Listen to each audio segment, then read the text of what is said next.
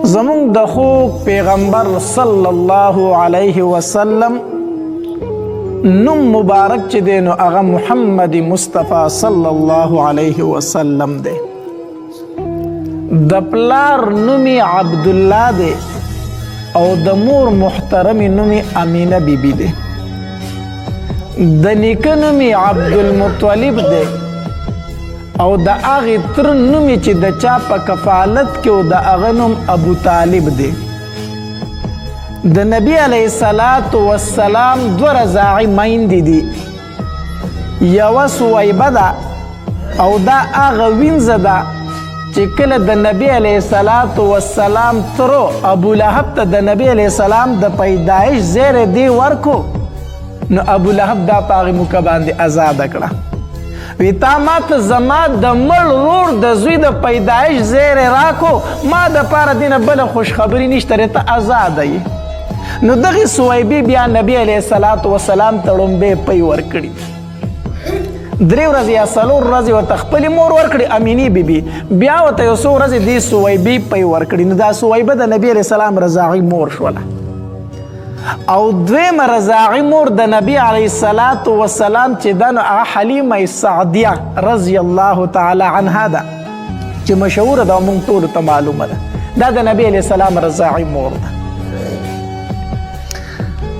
د نبی علیه السلام د ټولو نه مشهور کنیت چې دی هغه ابوالقاسم دی. نبی علیہ السلام په ابوالقاسم نوم سره هم مشهور و او دا قاسم د نبی علیہ السلام د ټولو نه مشهورې زوی دی، د هغه نوم قاسم و. نو ابوالقاسم یعنی د قاسم پلار، دا د نبی علیہ السلام مشهور کنیت دی.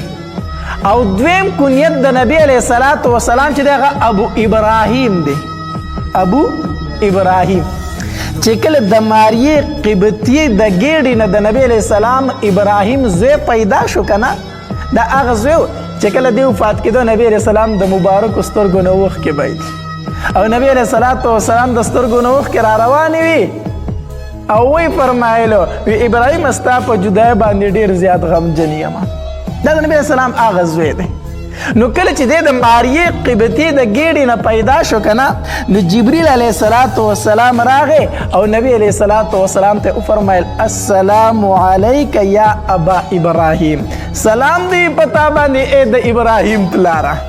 نو نبی علیه السلام دویم کنیت څه شو؟ ابو ابراهیم. د نبی علیه السلام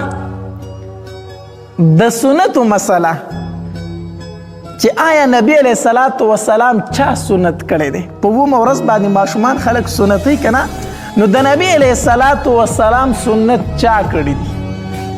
نو صحیح حدیث سره دا خبره ثابت ده چې نبی علیه السلام سنت شوی پیدا شوی دی.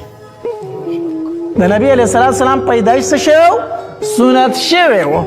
د نبی علیه السلام ختنه شوی و، دغه شانتې پیدا شو، په خلاف د نورو ماشومانو باندې. د نورو ماشومانو مونږ ختنه کوو که نه، سنت یې کوو که نه، خو نبی علیه السلام پیدایشي سنت و، ختنه یې شوی و.